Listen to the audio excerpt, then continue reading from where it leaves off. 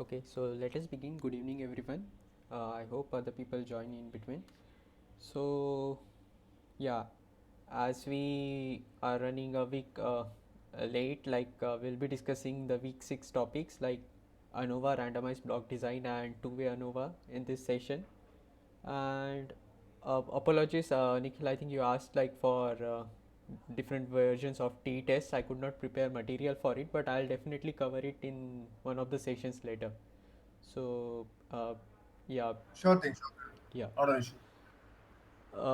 And are there any queries like from the previous session on two tail, on t-test, two sample t-tests? Nothing, Sash. Okay. What about others?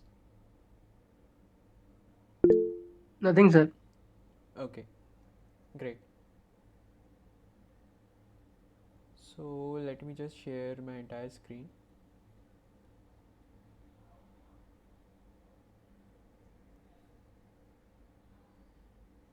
Oh, okay. Let me just check what all we covered last time.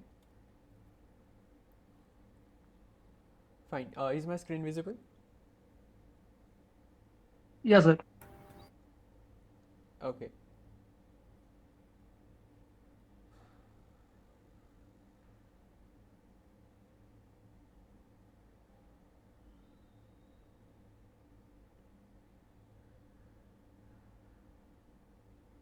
Fine. So in the last class, last session, we saw two sample t-test, and in that we discussed different conditions like when the population mean is known and the population means are unknown. Sorry, population variance is known and the population variances are unknown. So how will we tackle in that case? How will we compute the t statistic? Uh, and we saw some Python programs relating to that. So just a quick overview of it. Like the first program was on the concept in which we were knowing the population standard deviation or variance. Uh, it depends on what kind of data is given to you. Like if it is mentioned variance over there, so it will be sigma square. So you'll have to be very careful in while reading the question. So please take care of that. So in the first question we saw like how we can compute the statistic. Like in this case we were computing z statistic because the population standard deviation was known to us, and it was simply like x1 bar minus x2 bar, like the difference of the means, sample means from two different populations, and then divided by square root of sigma 1 square by n1 plus sigma 2 square by n2. And we also saw the intuition behind why this particular term is uh, as it is over here. Can anyone, like, is there any confusion about why this term is coming over here into picture? In the last class we saw this, right? Like the property of variance. Let me just write it quickly over here. So variance of ax plus by, where x and y are two random variables and a or b are constants. So it is written as a square into variance of x plus b square into variance of y.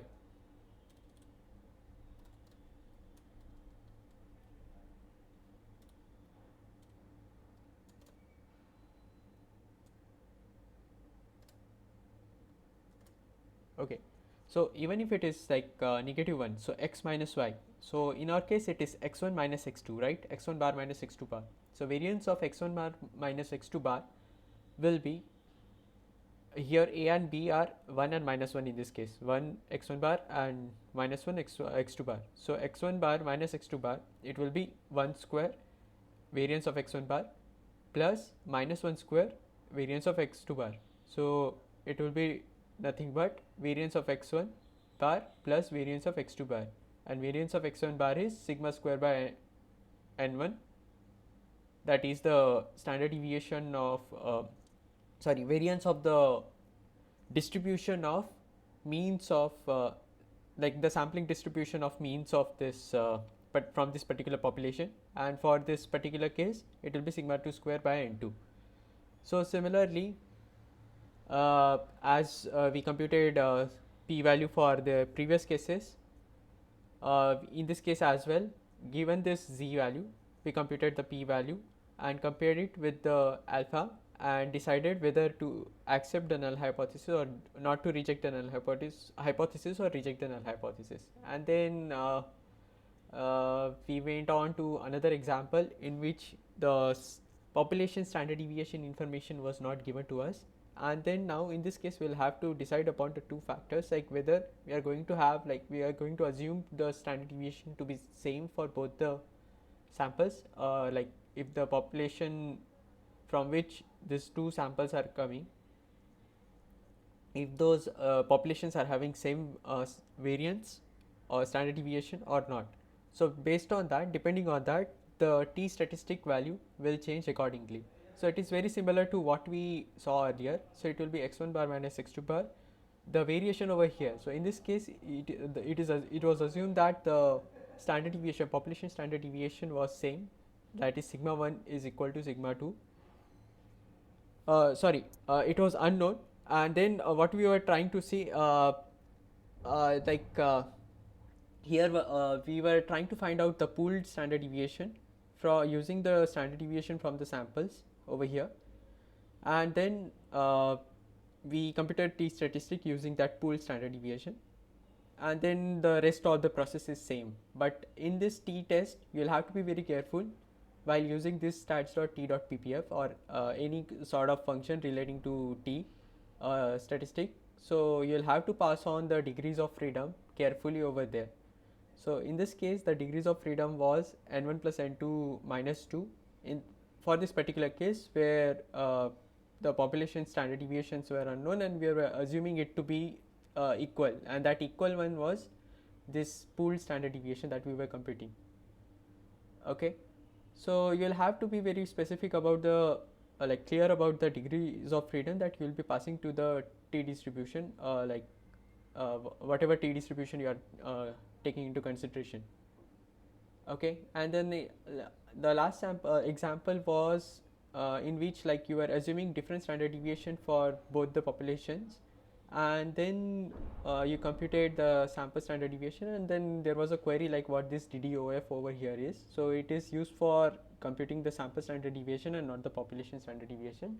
So if this DDOF were not over here, then it would have assumed that this x1 is the population data and computed the population standard deviation. But for the sample standard deviation case, we need to divide it by n minus 1 because the degrees of freedom is n minus 1.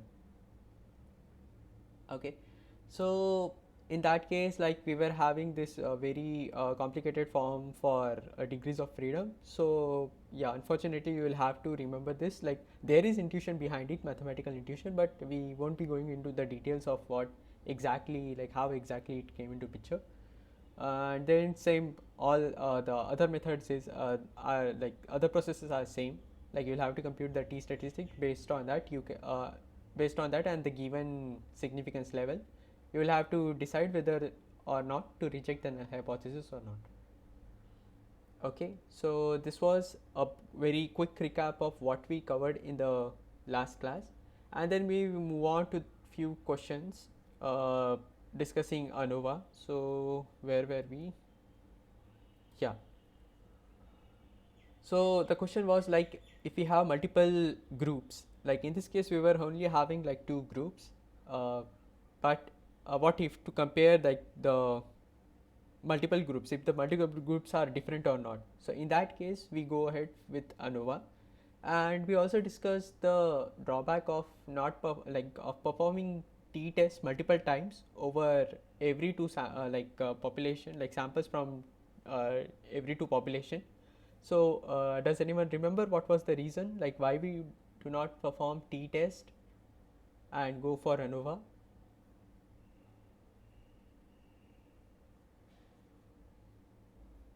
Anyone, quickly?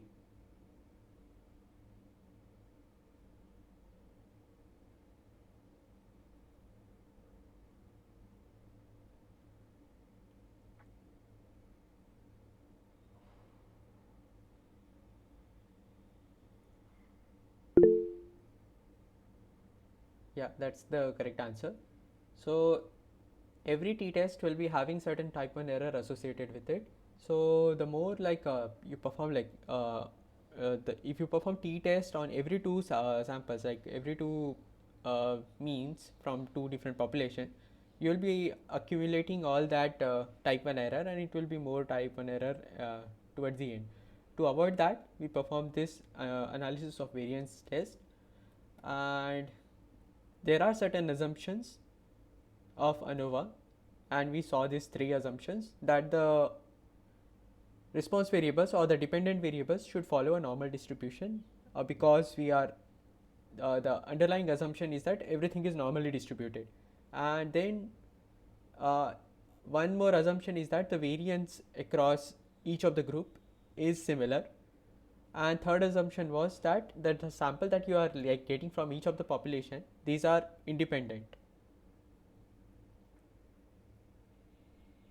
Okay, so post hoc analysis, yeah, and then we did not discuss it in detail, but the reason for doing post hoc analysis was that ANOVA will simply give you whether at least one of the means is different, at least one of the population is different from the others, but it does not tell you which of the populations are different, like which of the groups are different from one another.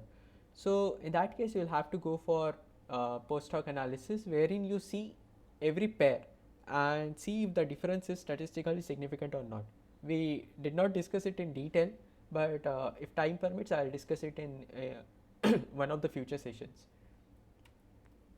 Okay, so coming back to our main thing, like ANOVA, which we'll be discussing in today's session.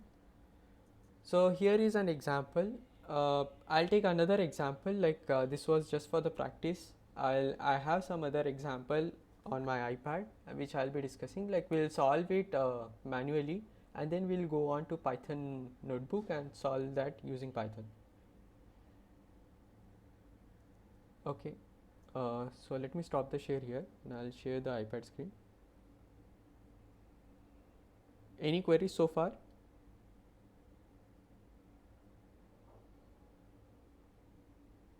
No, sir. Okay.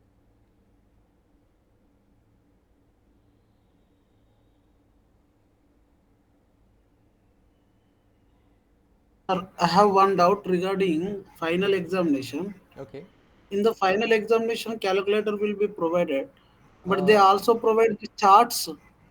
I am not very sure, Ranjit, like if they are going to provide, but mostly they will provide the Z tables and T tables, like whatever is needed for the kind of questions they will be asking.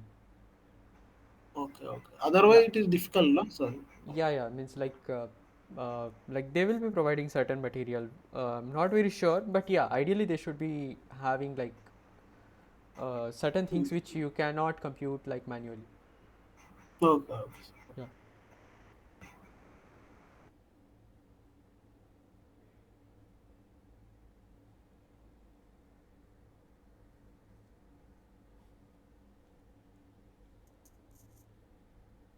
Okay. So here is an example of ANOVA, and we'll be discussing the motivation to do RBD and 2A ANOVA later. So first of all, let us see this example. We have three groups over here, G1, G2, G3, and each of the members in this group, like say these are like lengths of fishes. So this is species 1, species 2, and species 3, and we have computed the length of each of the three fishes in group 1, three fishes in species 2, and 3 in species 3. Okay, so first of all, what we have to see, so each of these particular species will be having certain distribution. Yeah, so here is the case. So there will be like underlying distribution of the lengths of the fishes, and we want to see if these distributions are different from one another. So I'll be explaining the process, and we'll see certain intuition behind that. Okay.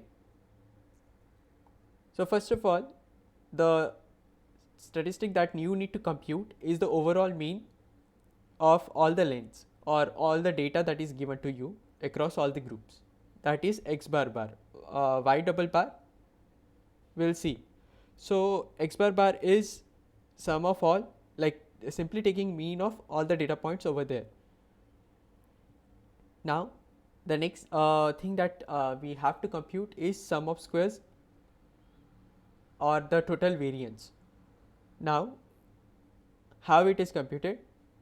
You have every data point and you have this total the mean computed over all the data points. So you are trying to find the variance of the data points with respect to this mean. Okay, so irrespective of the class, like you are not taking the groups into consideration, you are taking this as a single entity and then finding the variance, total variance. So this turned out to be 30 over here, and it will be having degrees of freedom. How many? So there are m groups and n samples in each of the groups. So for a population of size n, say this is some other n, ignore this, this is not this n.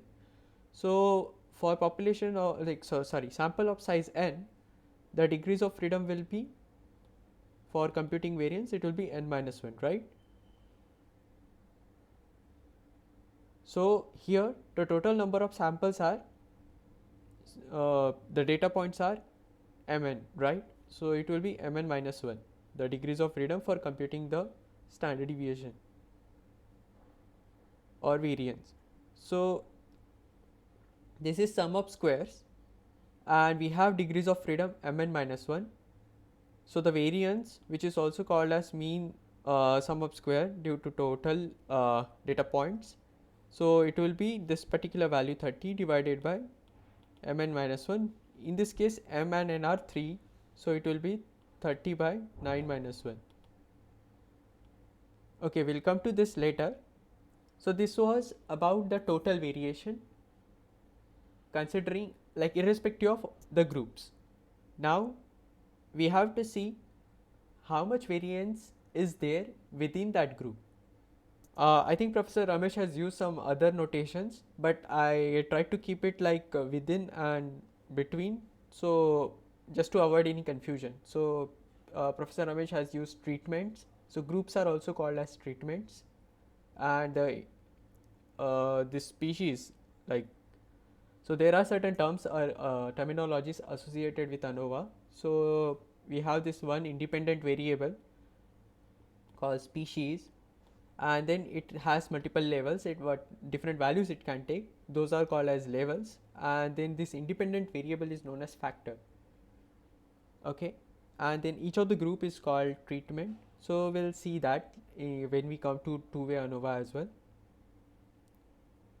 So the main point over here is that you have to see if the three groups are different or not, wherein our null hypothesis is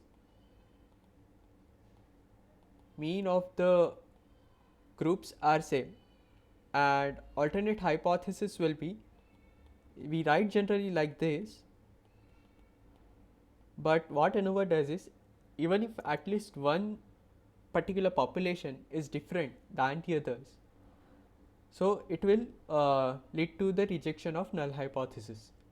Okay, so it won't tell you like which two populations are different, like if mu1 is not equal to mu2 or mu2 is not equal to mu3, if at least one is not equal to the other one, it will lead to the rejection of null hypothesis. Okay, so first step was to find the total variance. Second step is to find the within group variance. Now how do we find within group variance? So we have this group and we have the group mean computed over the values from that particular group. Okay, and one more thing I forgot to mention over here, that these values are homogeneous in the sense that there is no other external factor that is giving rise to this. We'll come to that in the case of randomized block design, but Here the assumption is that the values are homogeneous and coming from one single source. So here we will be computing the group mean, and then similar to how we computed the total variance, we will compute the variance within that group. Okay, so it will be again similar to what we saw earlier. So it will be 3 minus 2 square, 2 minus 2 square, and 1 minus 2 square, summing over it. Similarly, we will compute the sum of squares for each of the groups separately, and then the degrees of freedom will be for each of the groups. For this particular group it will be n minus 1, for this group it will be n minus 1, for this group the degrees of freedom are n minus 1. So total degrees of freedom are m into n minus 1, where m is the number of groups that we have and n minus 1 is within that group the particular degrees of freedom. Okay, so using this particular sum of squares and degrees of freedom, you can compute the variance for that particular group, variance within the groups. And now we will have to see variance between the groups or variance due to treatment. It is also called as MSTR. So first of all, each of the data point is assumed to have certain contributions towards this variance between the groups. Okay, so let me try to explain it to you intuitively, like what we are doing over here. Say we have this population.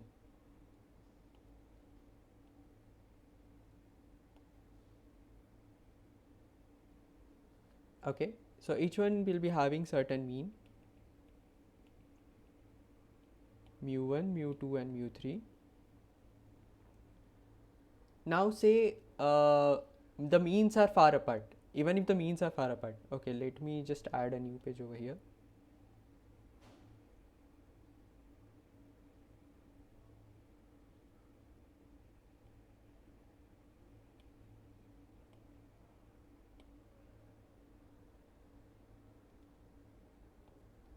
Say I have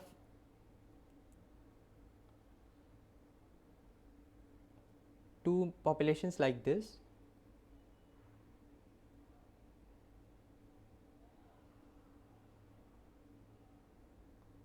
Like this, and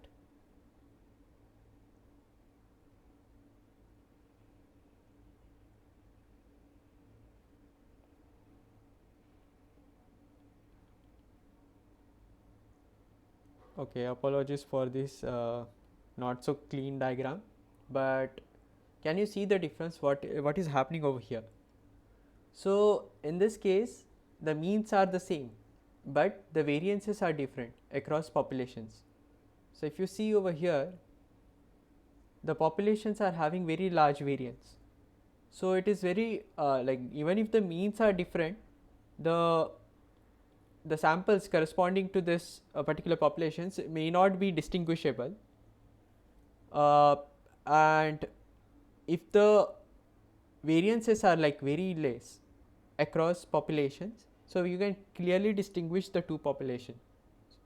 Okay, like there are less chances of making misclassification if you are trying to attempt like to classify data points into two groups. Okay, so that is the concept that we are trying to use, or the property that we are trying to use over here. Within each group we are having certain variance, and between groups we are having variance. So between group is like computed over the means. So this particular variance that you are computing, it's the difference between the mean of this particular group and the overall mean. Similarly, mean of this group and the overall mean, and mean of this group and overall mean, and each data point is contributing towards that. So each data point is contributing to this variance. So there is like, instead of considering all the okay, So considering all the points as one thing, you have a single mean over here and you are trying to see the mean of this, the difference of the mean with this overall mean and difference of mean of this population with the overall mean of their data points. And if this mean is far apart, if this variance which is computed by taking only the means as data points, if this is far apart, then you can say that the populations or the groups are a bit different. Are you getting the intuition behind this? So within each group the variance should be low, and across groups ideally these means should be far apart and the variances within the group should be low. So in that case you can clearly say the two groups are distinct. So here we have computed within variances within the groups and variances between the groups. In this case the degrees of freedom will be m minus 1 because we have 3 groups. Okay. So now having all this, we will compute the test statistic in this case. So that is the F statistic. In the previous cases we saw T test and Z test. In this case it is the ratio of two variances. So what we are trying to see here, we are trying to find the ratio of variance between groups and variations within the group. Okay, how is variance between the groups computed? The sum of square between the groups divided by the degrees of freedom for that, and similarly for within the groups, sum of squares within the groups divided by degrees of freedom for that particular. Okay, so now the intuition behind this, if this ratio is big, what does it mean? The variation between the groups is more, okay, compared to this particular variation within the group. So what we are trying to see in this diagram, the variation between the groups is more compared to the variation which is there within the group. So the more is the variance, the higher is the ratio, more distinct are the two groups. So this F statistic is following F distribution, which kind of looks like this. And as we saw in other previous cases, for example Z test, we were having certain alpha value, say level of significance, and corresponding to it was Z alpha. We computed Z statistic, and if the Z statistic were lying over here somewhere after at Z alpha, we were rejecting null hypothesis in that case. So higher the Z value, more the chances of the null hypothesis getting rejected. Similarly in this case, as you get higher and higher F value, the chances are that the null hypothesis is not true, and then we are going to reject that. Okay, so is this thing clear? Like, first of all, we computed, so there are certain steps. We have 3 groups. For each of the group we have its own mean, and then we computed the overall mean of all the data points. We computed the total variance among these data points. Then we computed the within each group we computed the variance. We computed variance between the groups only taking the means into consideration, and then using this values, the computed values, we went ahead and computed the F statistic, which is the ratio of between group variance and within group variance. And then we saw the intuition behind why this ratio is being taken, and if we get higher F value, the chances are that given the level of significance, the chances are that the groups are different. Okay, so any query so far? We will see this example. So out of the three distributions, first we'll have high F stat. So depending on the data you have, you will compute the F statistic, and then the like whatever level of significance you will be having. So based on that, you will conclude whether to reject or accept the null hypothesis or not reject the null hypothesis. We'll see this example, like we'll see one example in Python. I hope that will make it clearer. So here we were not having all these values. Okay, so let us see this example in Python. Let me stop the share here.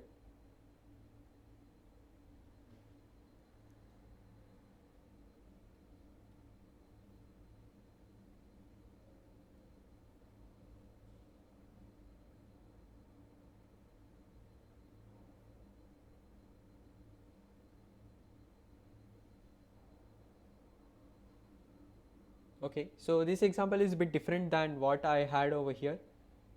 So this was taken from the class notes. So like for you to refer to the class notes, I have taken this particular example, but you can always like experiment with the example that we have seen on iPad. So let me just run this. So as we do in every analysis, first of all, we'll import all the necessary libraries. Don't get overwhelmed because of all these libraries. You need not know everything over here. Any query? Yeah. So the thing that is very important to you right now is SciPy library. In that also submodule, there is a submodule stats, which we have used extensively over the last few sessions. So you'll have to keep this in mind, like and then the various distributions that we have studied, including the continuous distributions and the discrete distributions. Okay. Just a minute, out of the box one question. Here we are importing from SciPy import stats. Yes. If we simply import SciPy, then it will not have all the modules in that. It will have all the modules. So to avoid that, like to avoid importing unnecessary modules, submodules from SciPy, we use this from SciPy only import stats. Because if you import simply SciPy, so let me import SciPy. So it will import everything, and to access SciPy like stats from that, you will have to use SciPy.stats. Okay. Yeah. So here, like as I am doing over here, scipy.stats.f.cdf. So I have given this as an example, but you can always write stats.f.cdf because you are already importing stats from SciPy. So you need not write scipy.stats.f. Fine. Yeah.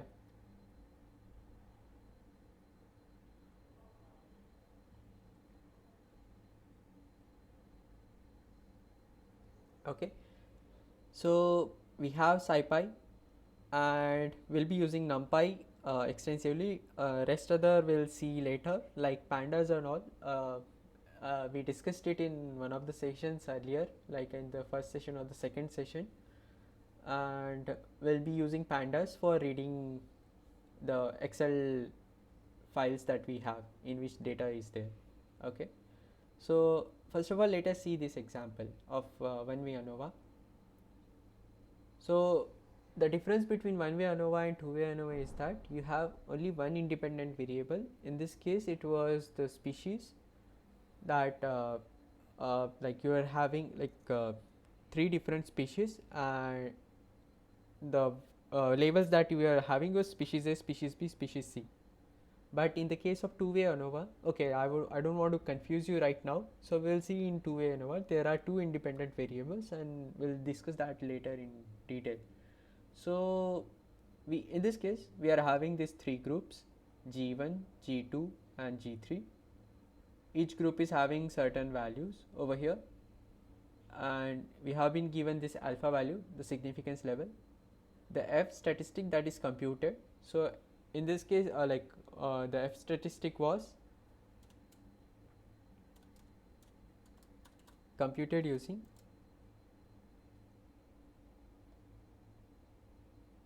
variance between the groups, let us call it MSB, and variance within the group. So it is a ratio of variance within between the groups and variance within the groups.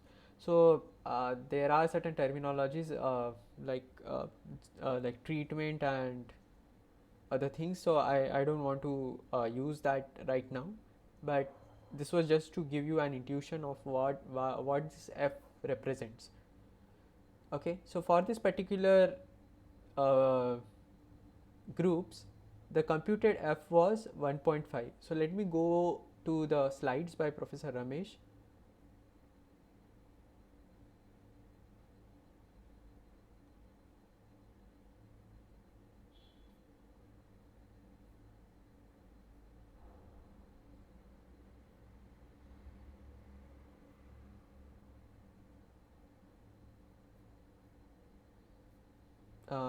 Does anyone remember which class it was in?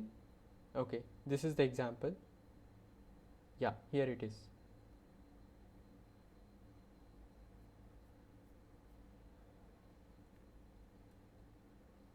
Okay, let me zoom in. Are you able to see this?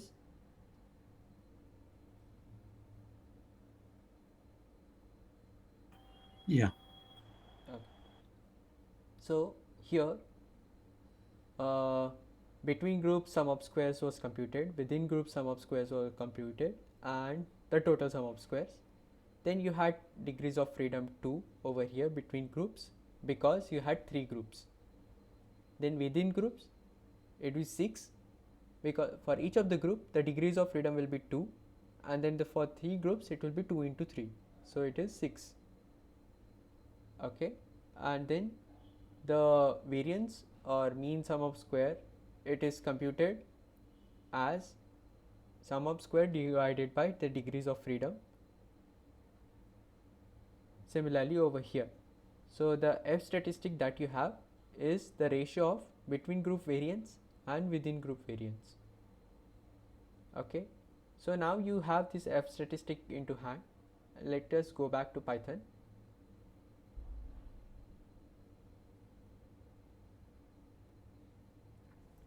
So I have F, I have degrees of freedom of numerator. Okay, there are two terms here. So for the numerator case, so the numerator is variance with between the groups, and the denominator is variance within groups. So the degrees of freedom for the numerator is called numerator degree of freedom 2, and degrees of freedom for the denominator is called denominator degrees of freedom. So there are these two parameters that you need to pass on to the F statistic. So let us see this F distribution. Okay, let me just share this. I'll just search F distribution.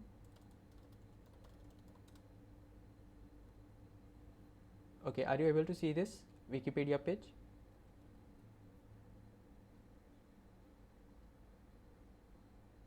Is it visible, everyone?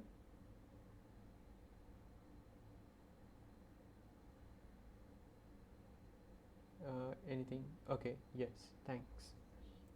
Okay, so you can see there are two parameters over here.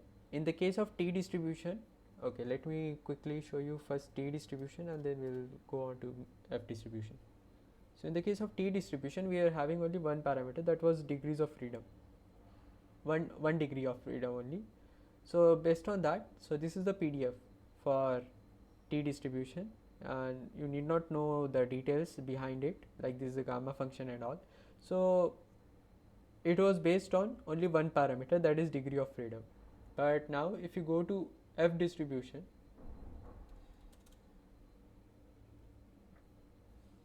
you will see two parameters over here, D1 and D2. D1 is the numerator degree of freedom and D2 is the denominator degree of freedom. And based on the values of D1 and D2, the shape of the distribution will change. So this is the PDF of an F distribution. Again, you need not know details about this, but this is just for your information that why you need to pass on this D1 and D2 to the function in Python. Okay, so you have this degree of freedom 1 numerator, df2 denominator, and then using that you will be computing the statistic, the p-value. P-value is nothing but stats dot f. So instead of t and z over norm here, for z distribution or normal distribution we were using stats dot norm, and for t distribution it was stats dot t, and for f distribution it is stats dot f. And in this case you are computing the CDF given this particular value of f. You are trying to find the area under the curve. So for example, if f is lying somewhere over here, so you want the area under the curve after f.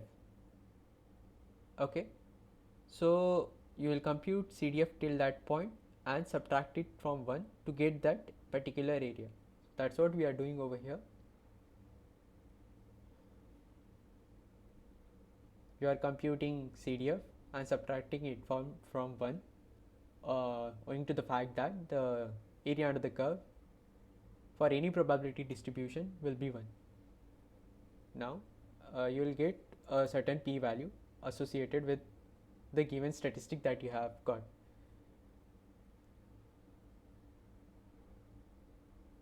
Okay, and then this p-value, based on the alpha value, you can decide if the null hypothesis is getting rejected or not. And in this case, p-value is greater than your alpha, and hence we cannot reject our null hypothesis because we don't have sufficient statistical evidences to reject the null hypothesis.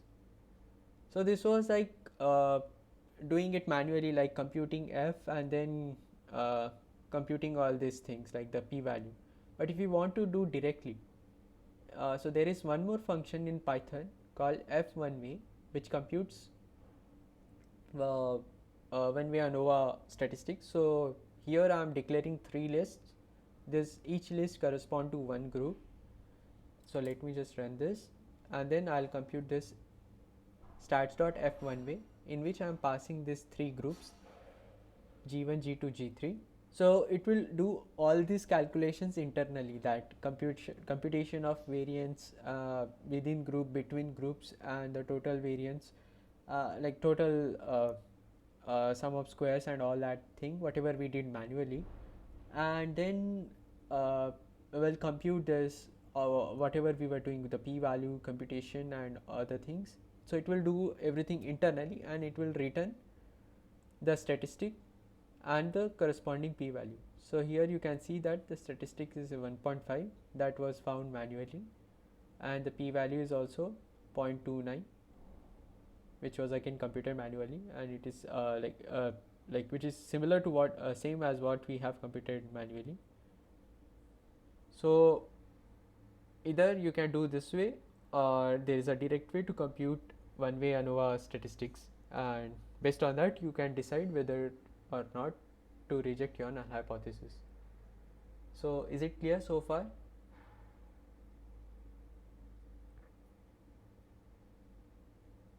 Is everything clear? Yes, no?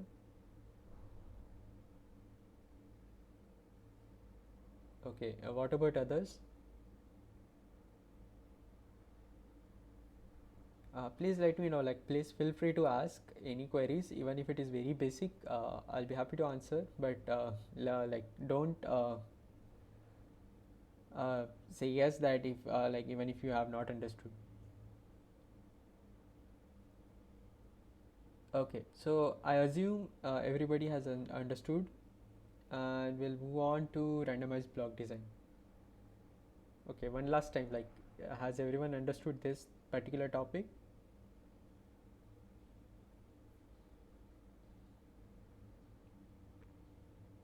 Okay, fine.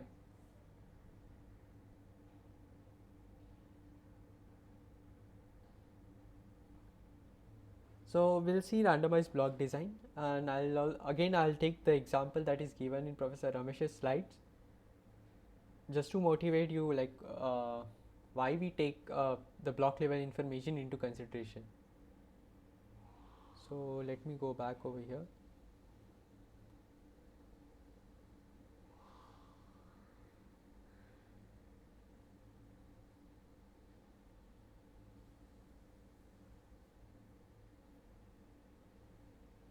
Okay, so this was the example that was given in the slides. So the question was, there were like six air traffic controllers. So these are like 6 different people, and every like there was certain fatigue associated with different systems that they were using. So the question was like whether it like these systems are different or not. So here is the problem statement. A study measuring the fatigue and stress of air traffic controllers resulted in proposals for modification and redesign of the controller's workstation. So which system is better? That based on the analysis, we'll have to decide like which one to go ahead with. So after consideration of several designs for the workstation, 3 specific alternatives are selected as having the best potential for reducing controller stress. The key question is, to what extent do the 3 alternatives differ in terms of their effect on controller stress? Okay. So the core question over here is like to see the difference between the 3 systems. But one more information that is getting added over here is controller. So this is air traffic controller 1, 2, 3, 4 and 6. So there are 6 controllers over here. Unlike in the previous example where we were having certain values independent of the controllers or any other blocks. So these are known as blocks. Okay. So for controller 1, I have these values measured. For controller 2, I have these measured values and so on. So there are differences between controllers. So you cannot just have this particular values like take this particular values randomly. You will have to have certain block associated with each of the controller. So every process in this particular randomized block design is same as what we did in the one-way ANOVA. The only information that is getting added over here is the block level information, and in that we saw this particular term. That way we have 6 blocks in this system. Yeah, so In we this have question. 6 blocks in this system. Okay. Yeah. So let me see if there is any solution available. Yeah. So as we did over here, there. Okay, let me share it in on an iPad. I think that will be clearer.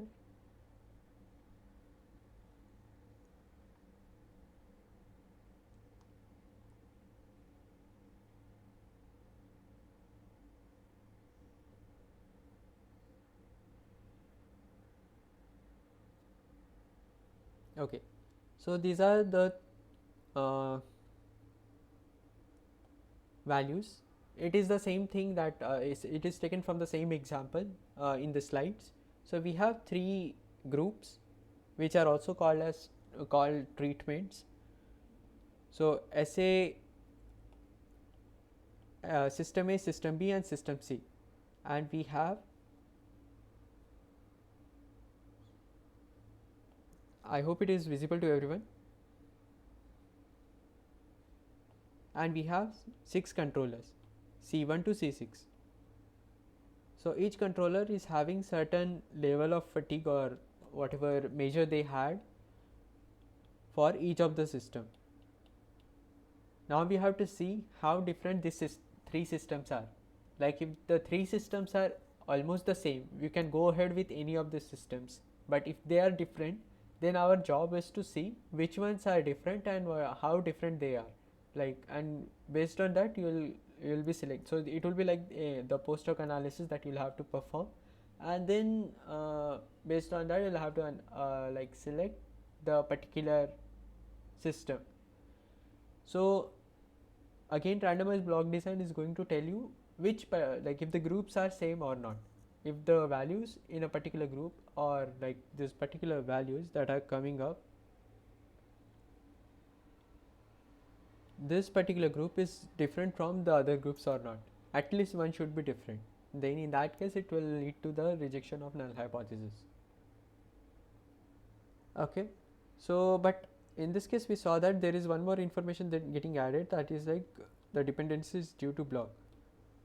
So for that we will have another term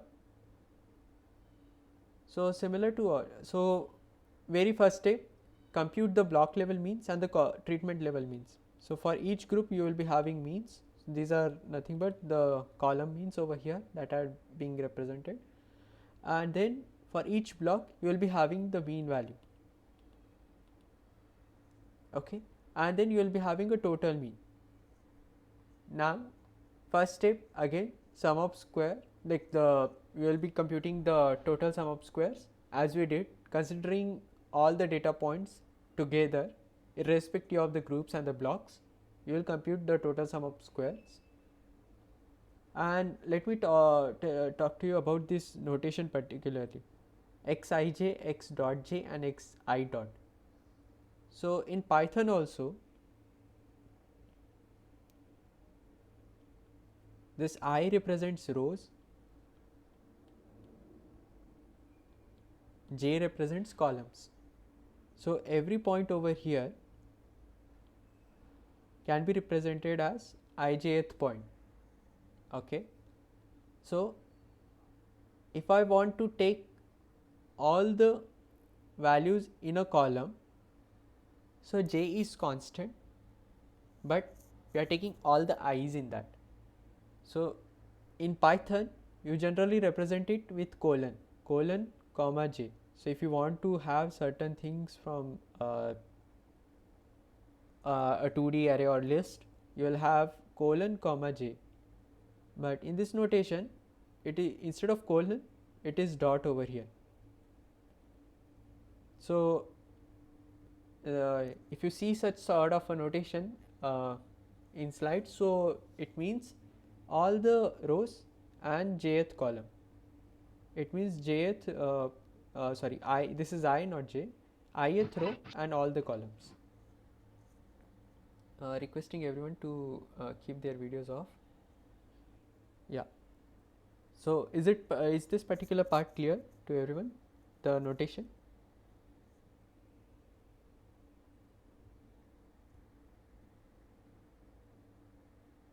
Okay, great. So we have this for every element, so we are taking every element into consideration and the means of mean. Okay, one thing I forgot to tell you. So this means of mean, so x bar bar, it means means of means.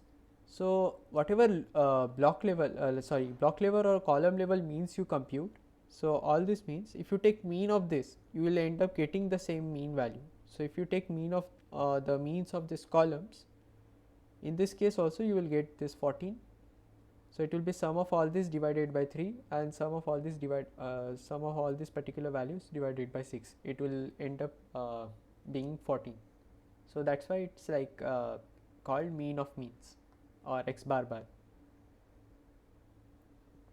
So you are computing total sum of squares and you will be having degrees of freedom bk minus 1. So here we have k columns and b rows. So total number of data points are b into k. So it will be, the degrees of freedom will be bk minus 1 for computing variance for all the data points in total. Now we will have variance due to treatment or within this particular group.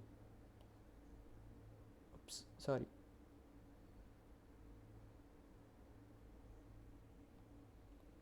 So for that you are taking all these values, the means for that particular columns. So as we discussed, this is all the rows and jth column. So all the rows and the jth column, the first column, second column, third column. We have this means over here, and then each of the data point is contributing towards that particular variance. So we have b such data points, and for that particular column it is x all j minus x bar bar square. So we will be doing it over all the columns. So this is like summation over all j, this is summation over all I.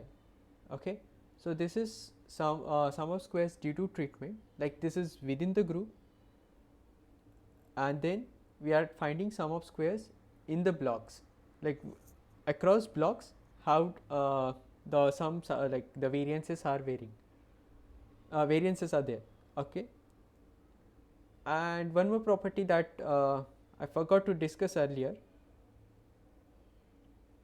So in the one-way ANOVA case, the total sum of squares is actually equal to sum of squares within the group and sum of squares between the group.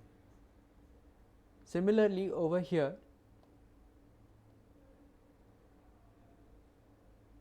all these particular sum of squares, like if you take sum of squares due to treatment, sum of squares due to block, and then there will be error sum of squares. So all these things will be equal to SST, SSE plus SS treatment plus SS BL. So now since we have this particular value computed, we can directly compute SSE using this particular formula, SST minus SST treatment and SS due to like sum of squares due to block. Okay. So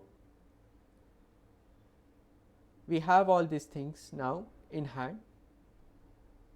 Now we compute the F statistic similar to what we did earlier. So sum of squares due to treatment and sum of squares due to error. It's like within the group and between the groups. So what is the advantage over here in randomized block design?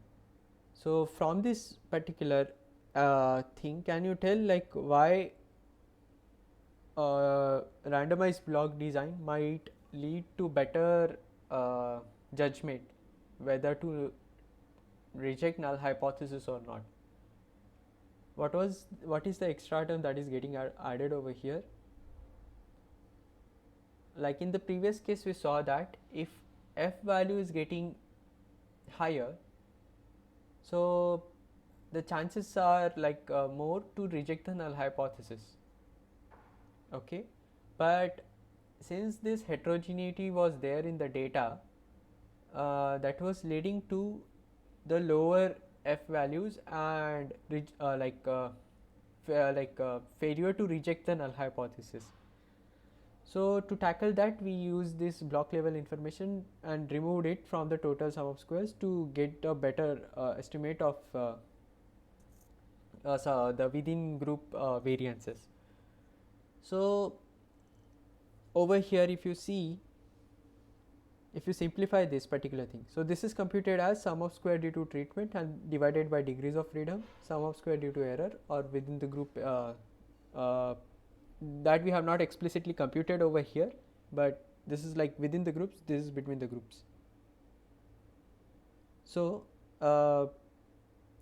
sum of squares due to error divided by degrees of freedom for that particular entity. So in this case, if you simplify this, it will be SSTR into B minus 1. So this B minus 1 term that is coming due to the blocks, it will increase the value of F. As the number of blocks increase, the value of F statistic will also increase, and hence you will get a better estimate for the like you will get a better judgment whether to reject null hypothesis or not. So let us see this example, particular example in Python. I hope I have this example over there. Let me check it once.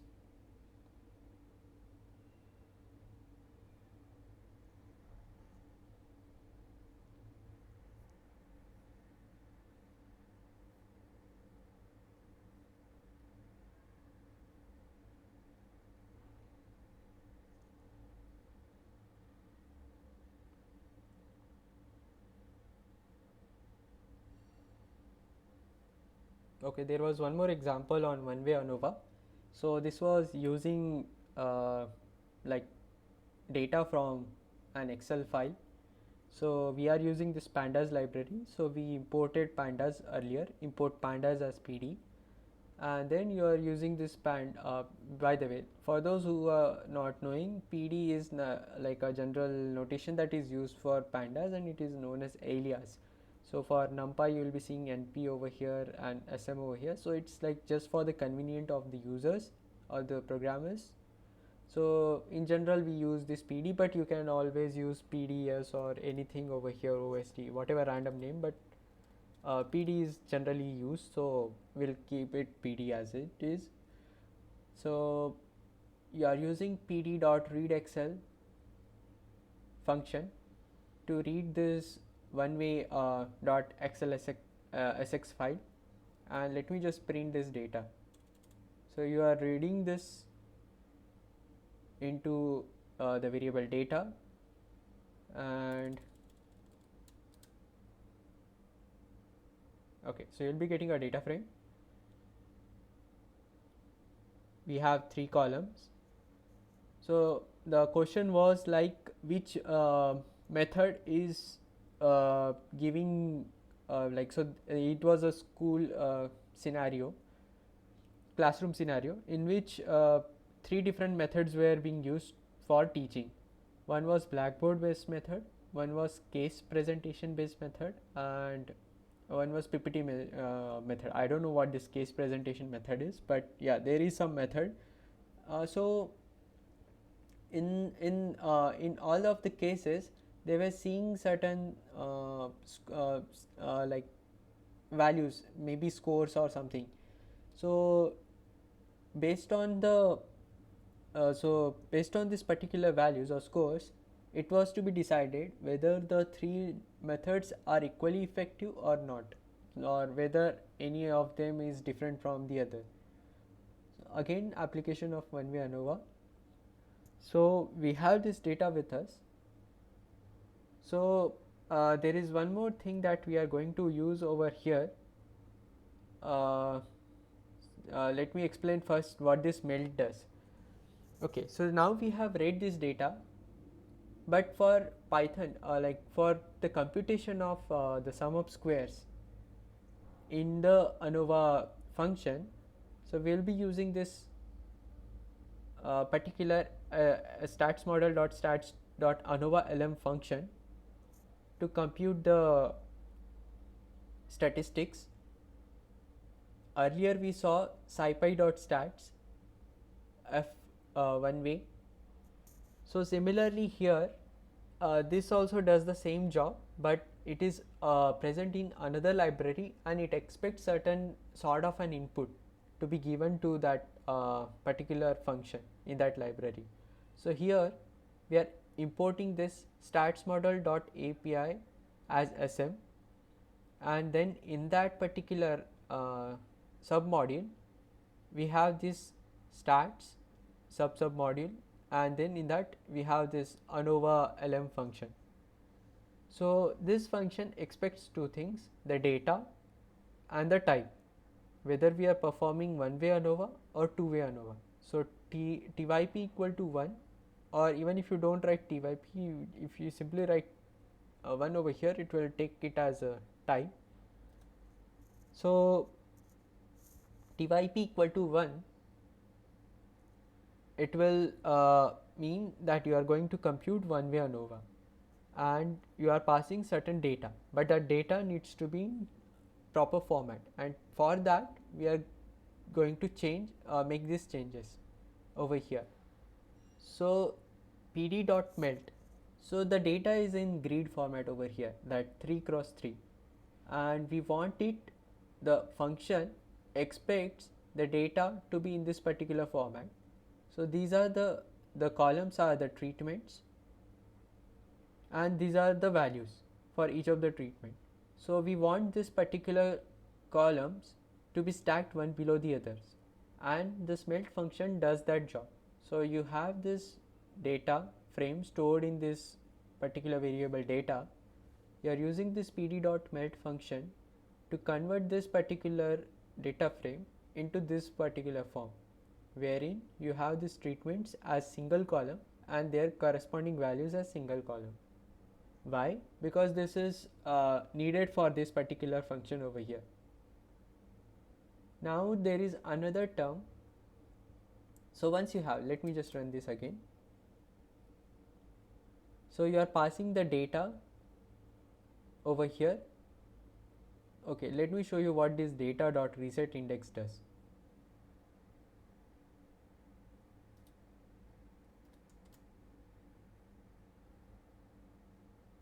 Okay, can you see, like, for each of the entries over here, rows over here, it has added an index 0, 1, 2.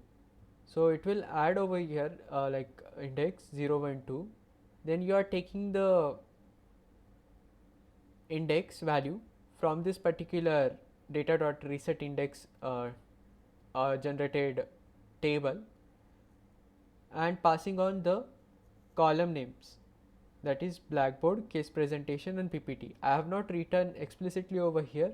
Actually there was an issue in the file, like there were spaces in that. So Blackboard was like, if you read it, okay, let me just show you here. You will have to be very careful about this. So this data frame is read in this particular variable data, and to get the columns you can simply use data.columns.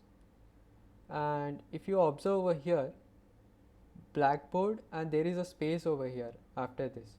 So if you simply write Blackboard over here, in this case it will throw an error. Let me just show you that as well, because you might encounter similar sort of problems when you code yourself.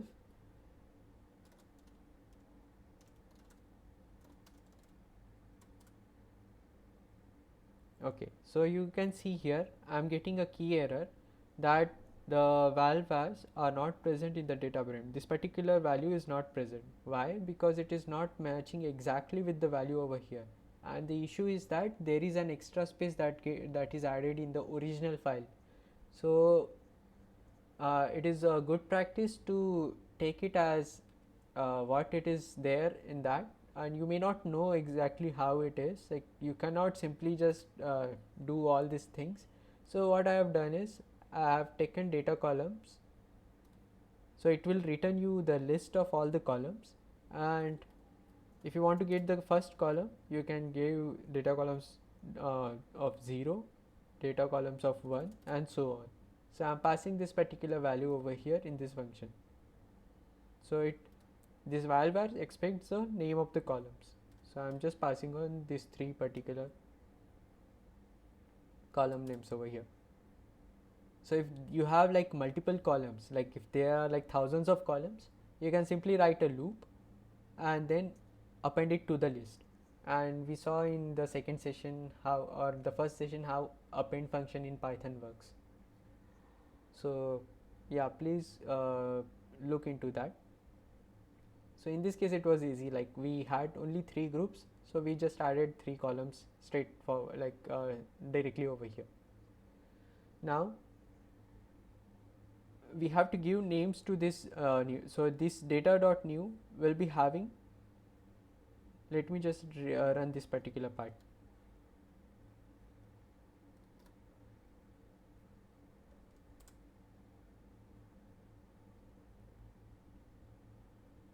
So it will so this pd.meld is giving you data frame in this revised format, and it is having its predefined names for the particular columns, so index, variable and value, but we want certain names associated with the column. So what we are doing, whatever the new data frame that we are getting, this particular data frame, we are changing the column names over there. So in this case we can change the column names as data new dot columns, same as what we did over here, data dot columns. So data new dot columns, and you are passing on a list of column names which will reset the or override this default column names given by pd.meld. So let me write the run this particular thing. So you have this new data frame, data new, which is having this index column 0, 1, 2, 0, 1, 2, 0, 1, 2, and treatment all in one column, and values all in one column. Now once you have this data frame in this format, you will have to pass it on to a function called OLS. Now what OLS stands for? It is ordinary least square. We'll see it in detail in regression what ordinary least square is, but for the time being you can understand it as sum of squares. For the way we compute sum of squares, it is like it is doing similar sort of a thing internally. So again from stats model .formula.api we are importing this OLS and we are passing this data to this OLS. Internally it is trying to do regression, but don't think about it. Like there is a function OLS in which you are passing this data new, and you might be seeing this expression over here, this particular formula over here. So what does this represent? Value is a function of treatment, or value is dependent on treatment. Treatment is an independent variable, like we'll see it in detail in regression. When we'll go to regression, you will see all this sort of things over there, what independent variables are and so on. So for the time being, just understand it like this value is right now dependent on treatments. So you write value tilde followed by C of column of treatments. So if there were like multiple columns, then you can write it as treatments and whatever other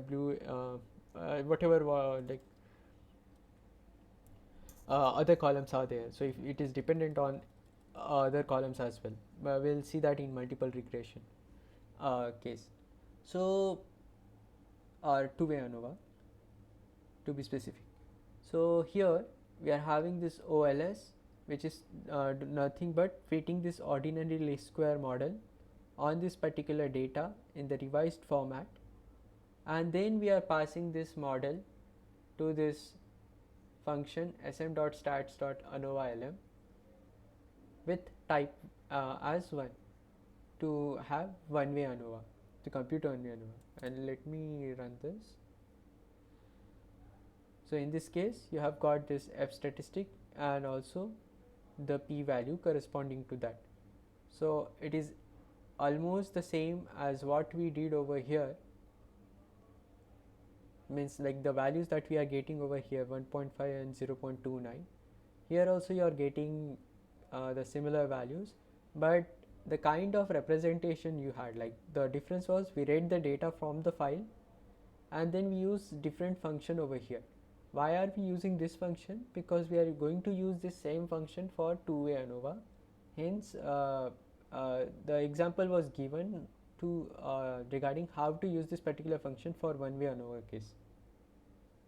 Okay, so what were the steps? First you read the data, then the data was in grid format. You converted the data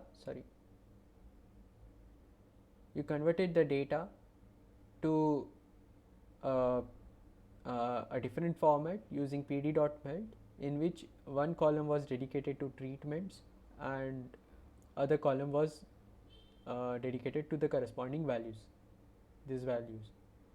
So once you have this particular format, here this is just for our understanding, like because this particular formula will depend on the kind of column names you have over here.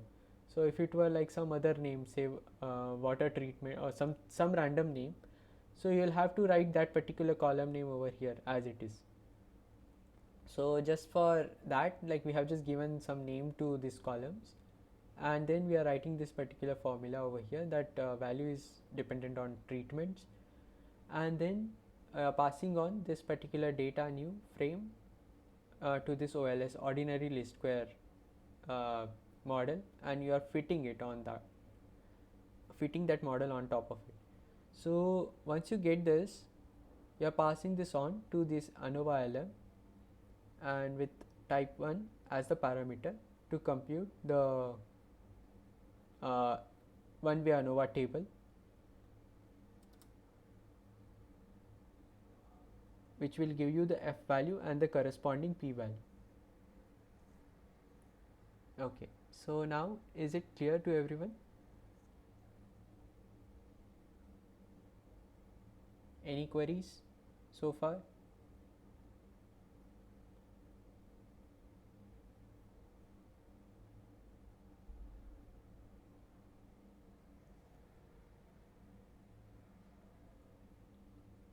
Yeah, please ask like if you have any queries, then I'll move on to two-way ANOVA after this.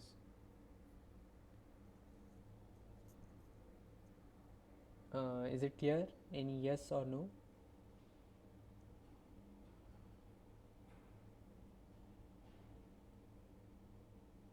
Okay, only one person is saying. What about the others? Yeah, please feel free to ask. Okay, thanks. Now let us go back to the slides. So we saw randomized block design. I urge you all to just go through the slides. There are other things also that is mentioned over here, like the theory behind it. Like, so please go through the slides once. And let me see like the two-way ANOVA problem. Yes, I think just check in the slides. Uh-huh. They when import किया, then they use S or for जब use किया, then SM use किया. So I think there is error in that SM, program. they use Yeah, SM. SM and S. In which particular slide you are talking about?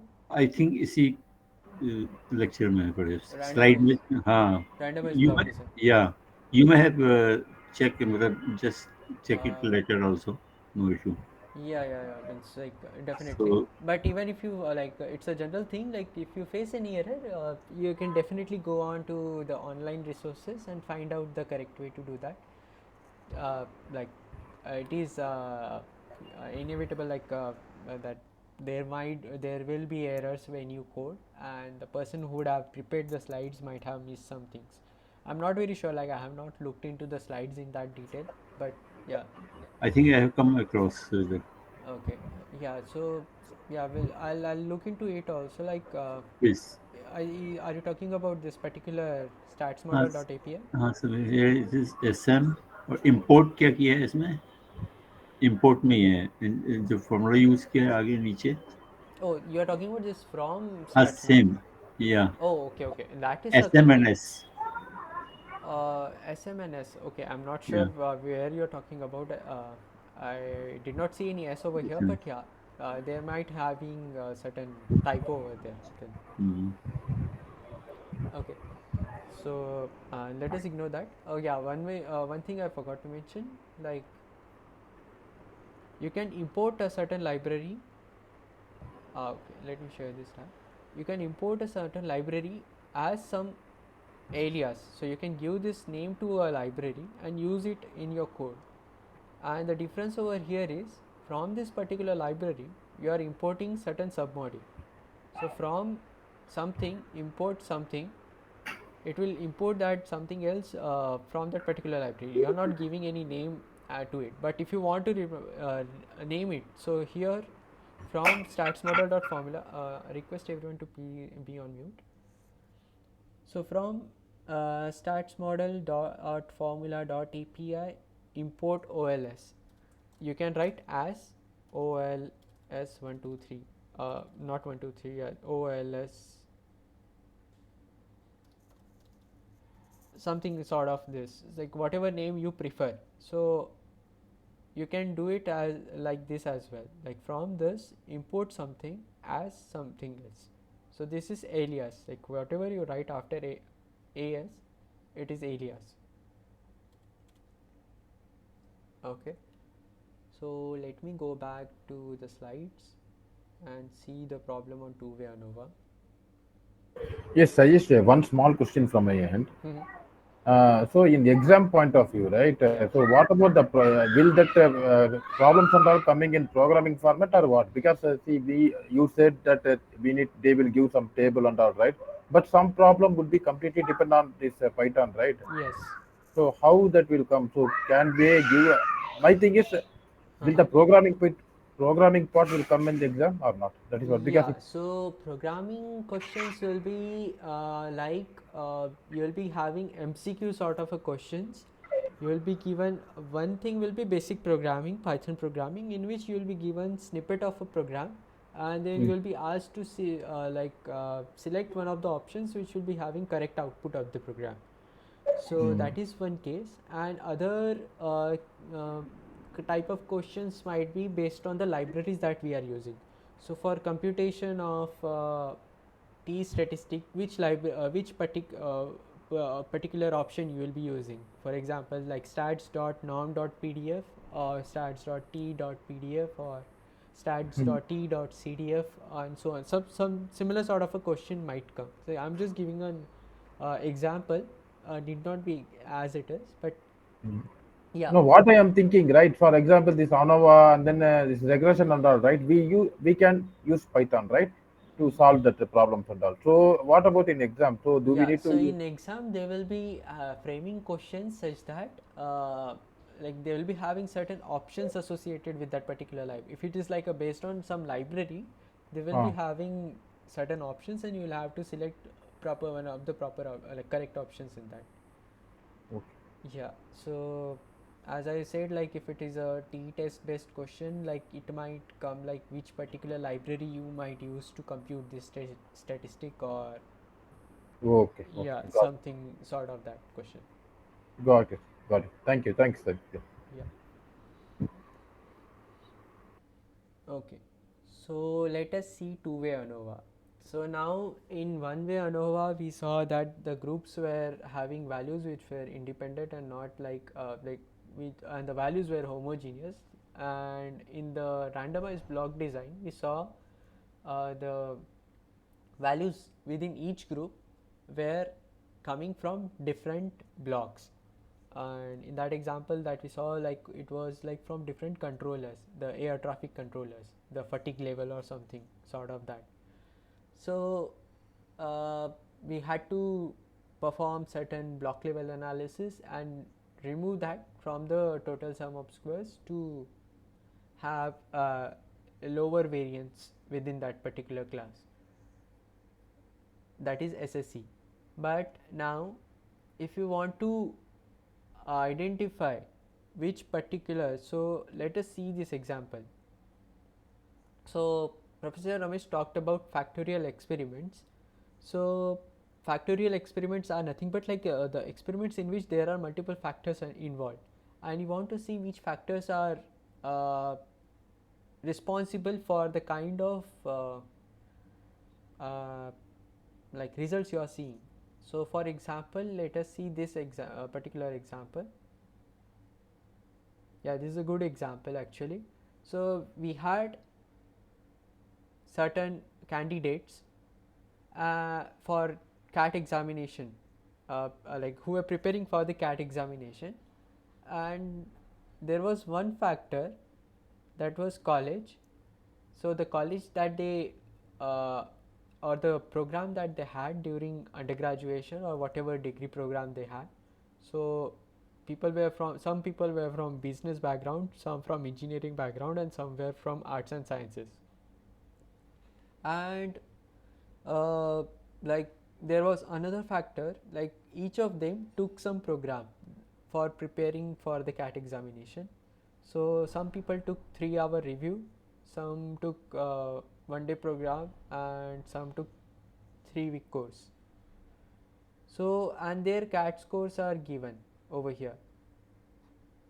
These are just random values, but assume all these to be scores. Okay, so the question was which particular factor is more important or is significant towards deciding if particular, or say let us see in this example, I am not able to formulate that.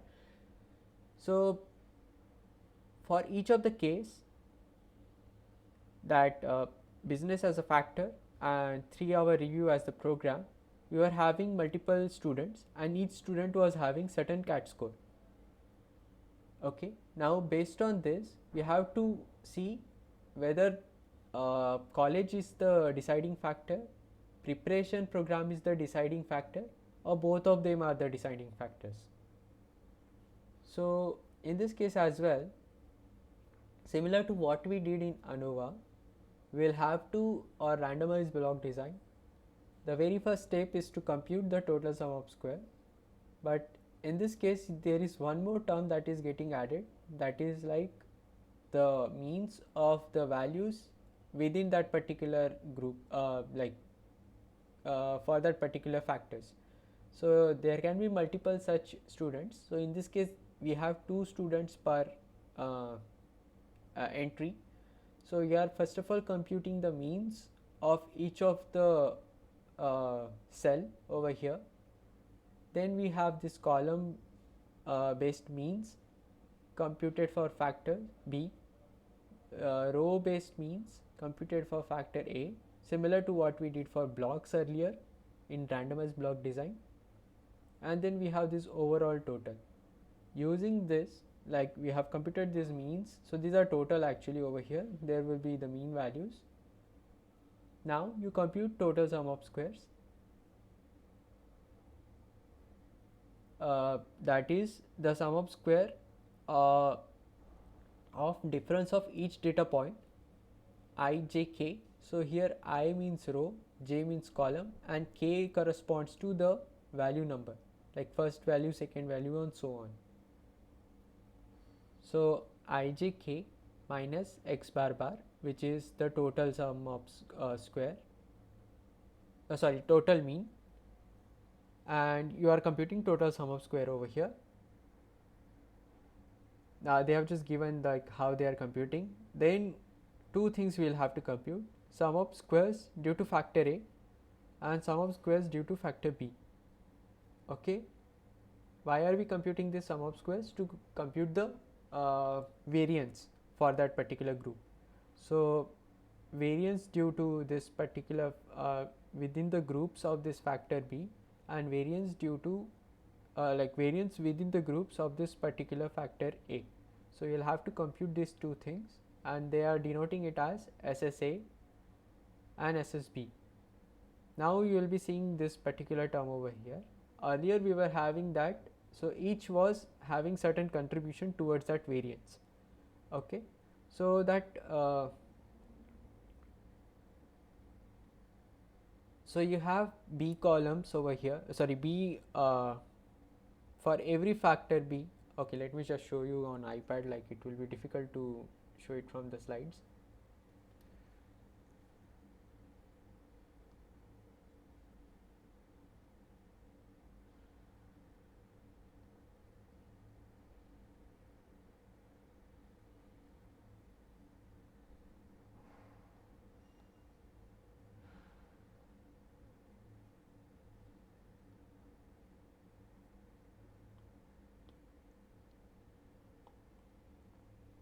Okay, so you are having factor B, factor A, and certain values over here.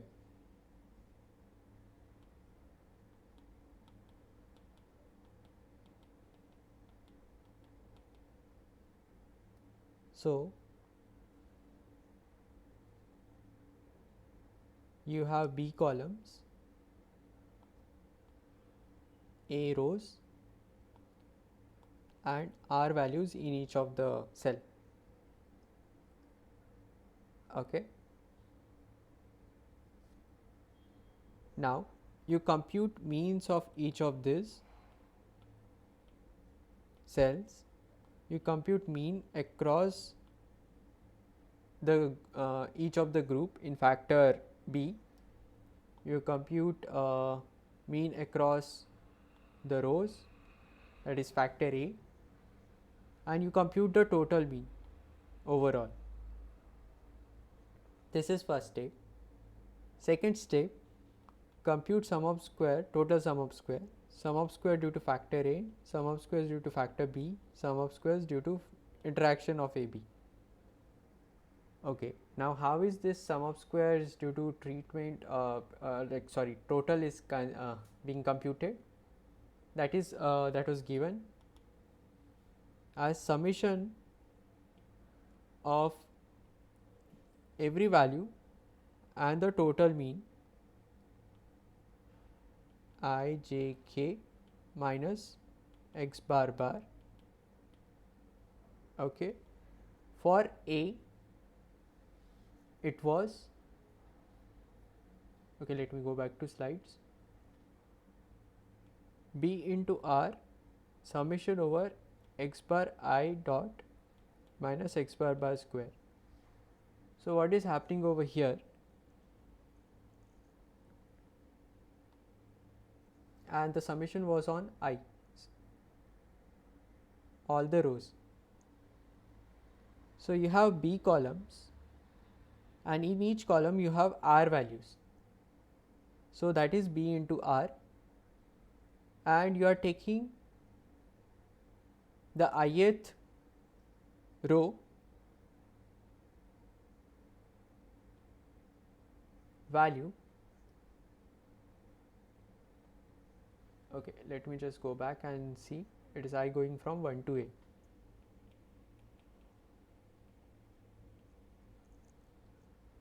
So you are taking the mean value of this particular cell minus this total, minus this total mean, and you are finding the square of that. What it is showing? It is showing the difference of the mean of this with respect to the overall mean that is computed. Fine. So you are doing it for all the rows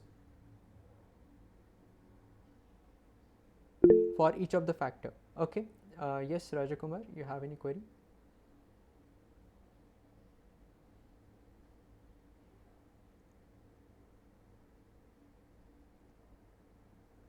Okay. So similarly for factor B, you will compute sum of squares, and then for factor A, you will compute sum of squares. Okay. Now let me go back to slides. Okay, I have it here as well. So you will have sum of squares due to A, factor A, sum of squares due to factor B, sum of squares due to interaction of A, B, and SSE we can compute using SST minus SSA minus SSB minus SSAB. Okay, and for each of them we are having these degrees of freedom. So we have factors, A values in like A such values in factor A, we have B values in factor B. So the degrees of freedom will be A minus 1, B minus 1 respectively, and we have, due to interaction of A, B, the degrees of freedom will be A minus 1 into B minus 1, and then the total will be AB into R minus 1, where R is the number of values in each of the cell, and total number of values that we are having is A into B into R. That will give you the degrees of freedom of all the points taken into consideration. Now you will find the mean of all this, that is the sum of squares divided by the degrees of freedom. Why is it called mean? So when you compute standard deviation normally, how do you compute that, or the variance? Sigma square is nothing but xi minus x bar square upon n if it is population variance, or n minus 1. So you are basically taking mean of this x minus xi bar minus x bar squares. Okay. So that's why this particular terms over here are like mentioned as mean squares, but these means are nothing but like variances. So it is like each of the data points. So x1 minus x bar square, x2 minus x bar square, and so on, xn minus x bar square. So we have this n data points, and you are taking summation of that and dividing it by n if it is population. So you are basically taking mean of it. Okay, so that's why it is mean, but these are actually variances. all this means mean of this square sum of squares is nothing but variance. So you are having variance for factor A, variance for factor B, variance due to their interaction, variance due to error, and when you take ratio of these variances, it will be having F distribution with numerator degree of freedom and denominator degree of freedom as parameters. So once you have these F values, based on that you can compute the P values. So doing this manually will be tedious now. So we will see directly example in Python.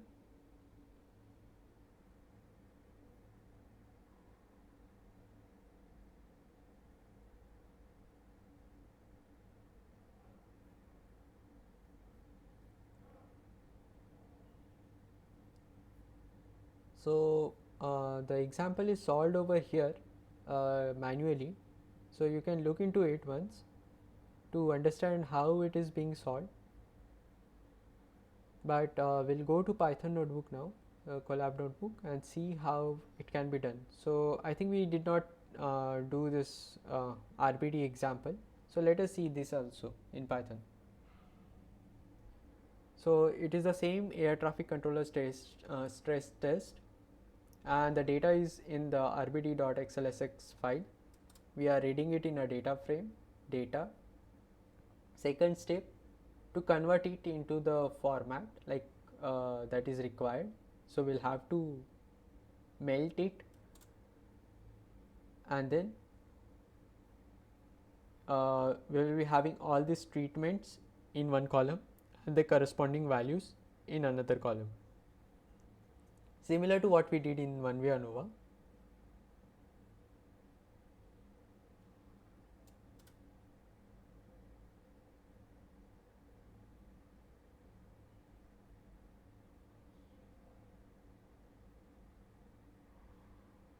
Okay, just checking in everything is correct or not.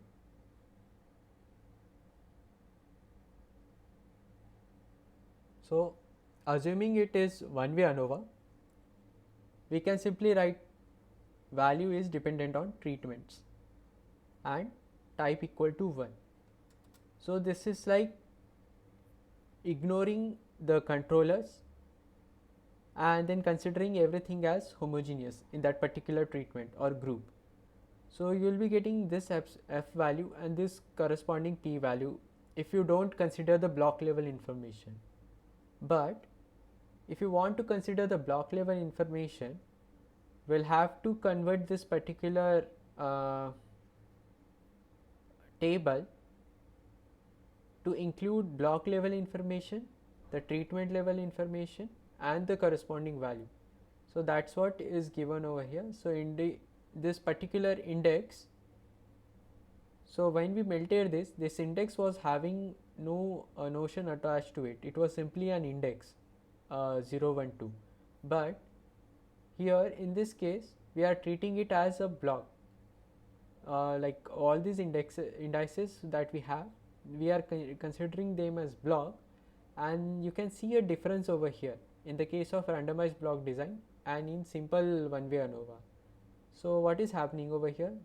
We are saying value is dependent or is a function only of treatments, but in the randomized block design, value, it is a function of blocks as well as treatments. Okay, rest all thing is same. Again it is like you are having this type equal to 1 only, but the major difference is in the expression or the formula that you are passing to the ordinary least square function. So value is dependent on blocks and treatments. In this case it was only treatments. Okay, so let me run this. Oh, I'll have to run this particular thing.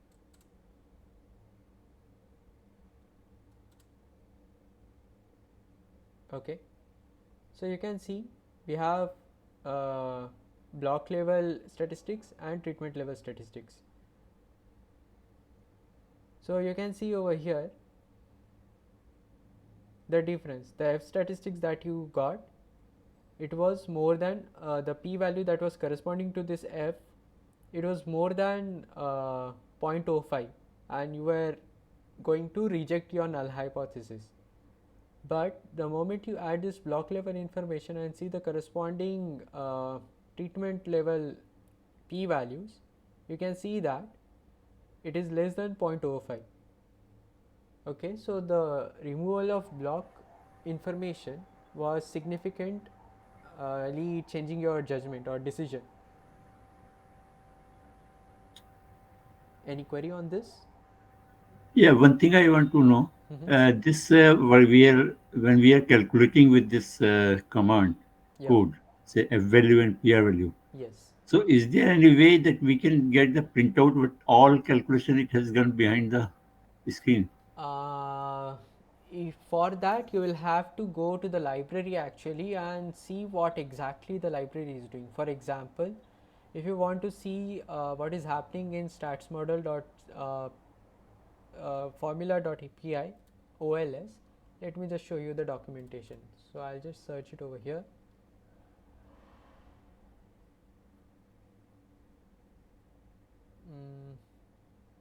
Yeah, so it will give you the details of this, but there must be some file associated with this particular module in which you can find the details. Now it is not available online, it seems like they have not given that file over here, the exact code, but in your system if you see, it will be there in the bin folder directory, wherein all these functions will be present under each of the libraries, and then you can look into the exact definition of that function, like how they are defined. And if you want to print out those, you can write print statements, and if the library has that ability, like the functionality to print it, like given a parameter to print, so you can do that as well. Like I'm just giving you an like example that like if a particular library is having that functionality, but if it is not, then you will have to go to the exact file which is containing that OLS function defined, and then print the values over there. Like you will have to modify that function to print it. And one can read it properly, or there will be some, again, some language which will be difficult to read it. You mean like the kind of Some computation other. it is doing, right? Uh, Yeah. So you definitely will have to go and read that function, like how they have defined. I wish I had any example over here with me, but I'll check like if I can show you any library functions later, like the how they define the functions in the library and so on. Okay, let us search it now itself. okay.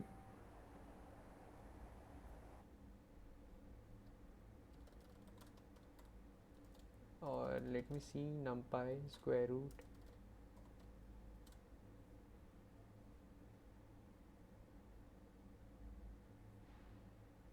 Okay, it seems that they have not given the exact details over here, but yeah, let me just go back, take it from the bin folder, and then I'll show it to you in the next session, like how these particular functions are defined.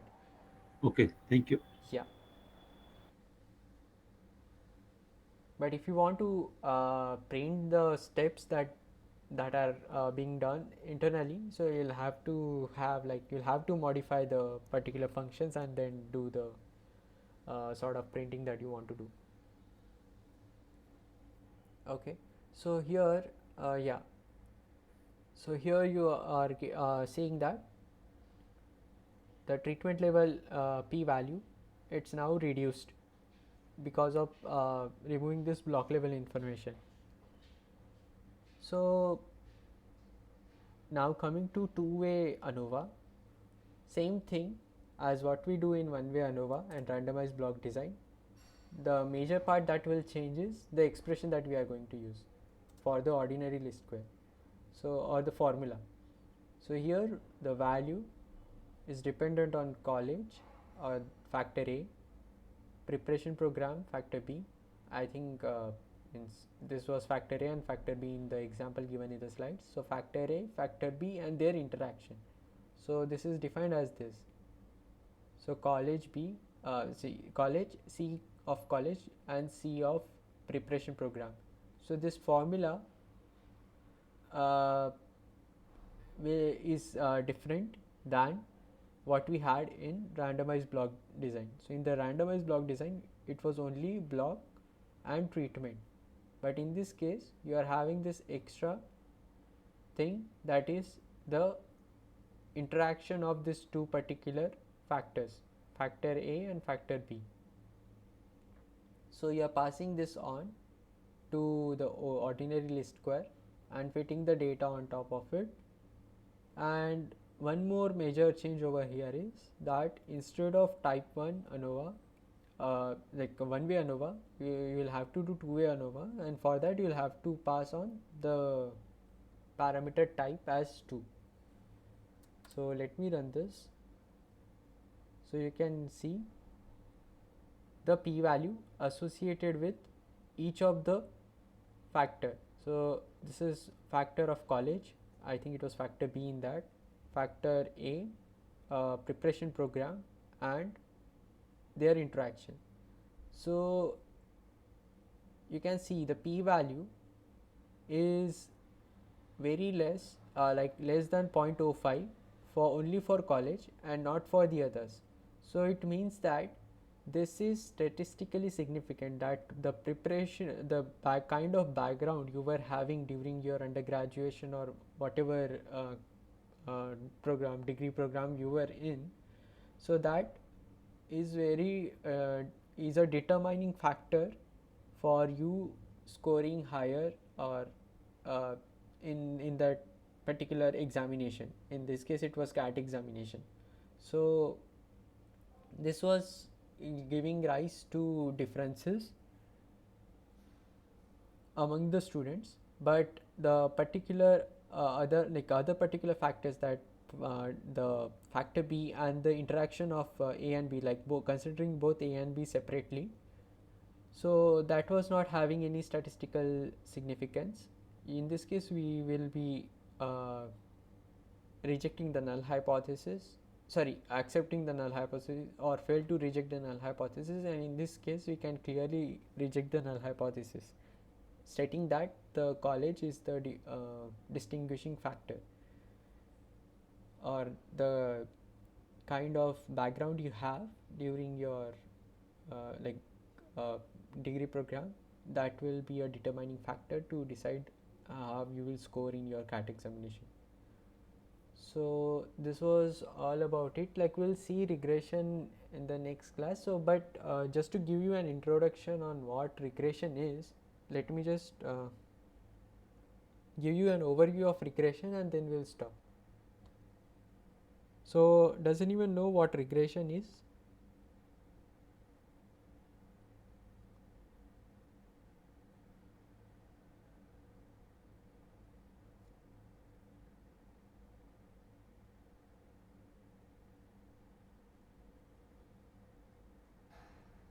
Anyone? What do we do in regression? Or you are totally clueless about what regression is? Okay, let me give you an example. I think this was also discussed in class. So say you have a data in which you have been given, so there is a car manufacturer company or a product manufacturer some product manufacturer company, and they are having certain TV ads and the number of sales. So they were having this data, if like they were having only two different advertisement, the number of sale was some x1 or let's say x1 y1, x2 y2, x3 y3, and so on. Now what we do in linear regression, we want to see if number of cells is dependent on TV ads or not.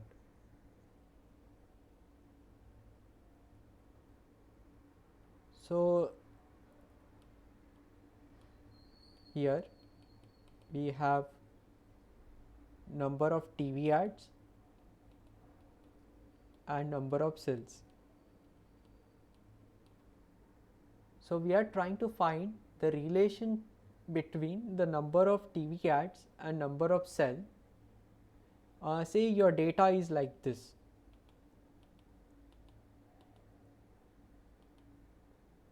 For this particular number of TV ads, you are having this many number of cells of that product. So if you fit a line on this data based on certain criterion, we'll see what that criterion is.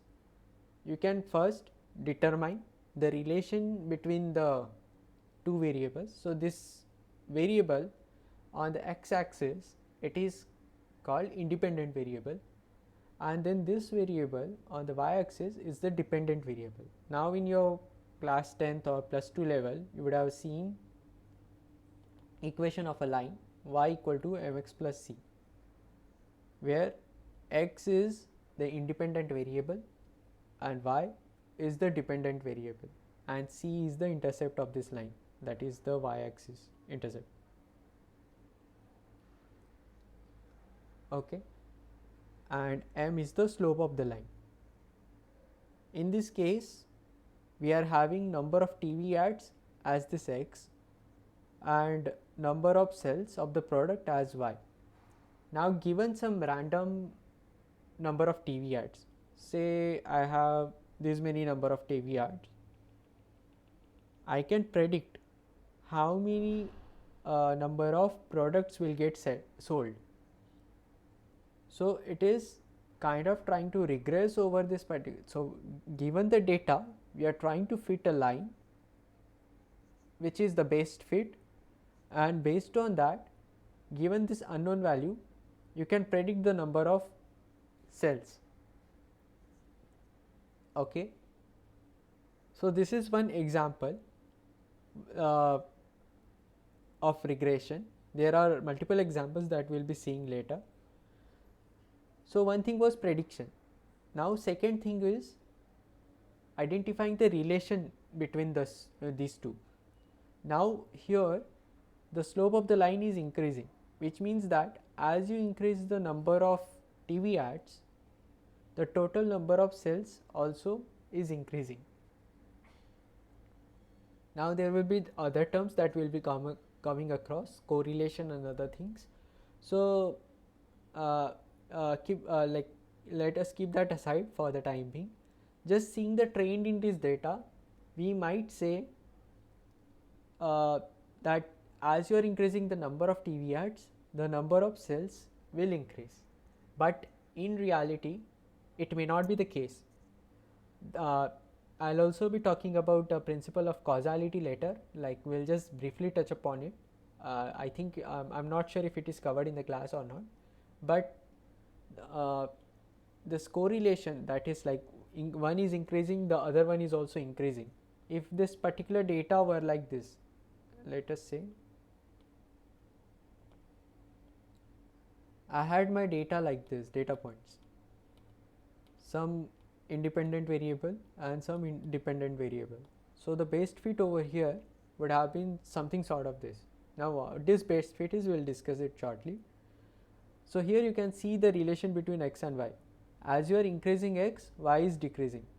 So the correlation over here is negative, and as in this case, as you are increasing x or number of TV ads, y is increasing. So the correlation is positive. And if it were the case like this, as you increase x, y value is constant, it means that the correlation is 0. It is not dependent on, y is not correlated with x. So here the correlation is negative. In this case, if it were like this, the correlation would have been positive, and then if it was just simply a constant, y would have been constant. It means that it is not dependent, which is also given by the slope of this particular line. So y equal to mx plus c. So if if x increases and y increases, it means that m is positive.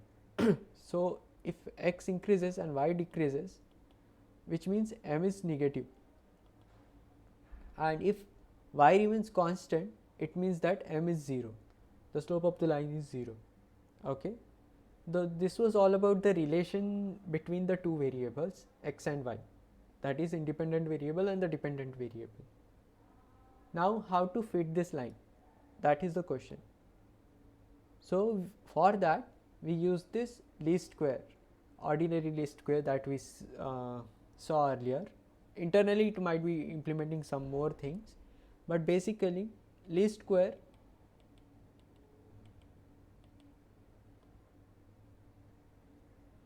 what it tries to do, it tries to minimize the distance of the point from the given line. So say I have this line mx plus c, y equal to mx plus c,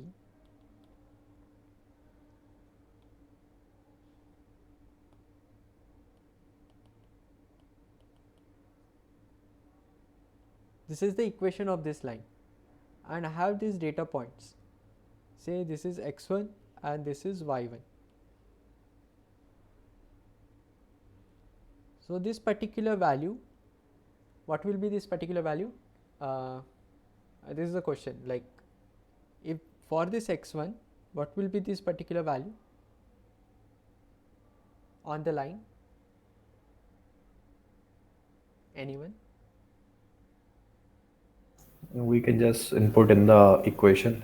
Yeah, so it will be m x1 plus c. Okay, this particular. So what we are trying to see is the difference between these two, like similarly for each of the data points we are trying to minimize this particular distance. So when this distance is minimum for all the points, that line is said to be the best fit for our particular data points, and it is given by y hat. So this y hat is actually the value that you compute using the data points for a given line equation, or you can write it as the actual y value minus y hat square. So this is the actual y value and this is the y hat, means the computed using that particular nth data point. So you are trying to minimize this particular sum, and how do you do that? Then there is like all proof involved, like you will have to differentiate it with respect to something and then equate it to 0 and then find the parameters and so on. So that is the next thing that we'll see it later, but the basic intuition is that you have to fit a line with certain parameters. So in the lectures Professor Ramesh would have used notations like beta 1 x plus beta naught. So it is similar to mx plus c, just the variable name is changed. So beta 1 is the parameter which is slope and beta 2 is your y intercept. So as you increase x, the sign of beta 1 will decide if it is increasing or if there is any increasing correlation between the x and y, positive correlation between x and y, or negative correlation between x and y. Okay, there is a certain formula or notion associated with correlation. We will discuss that later, but this is one thing that you need to do. So one thing that we discussed, regression is used to predict certain things, like given this x value, what will be my y value once you have this line equation, and then also the relation between the independent variable and the dependent variable, like how they are correlated in space. Okay, so this was all about regression analysis, and we'll see this in detail in the next class. So if you have any queries, please let me know, or else we'll discuss that in the next session.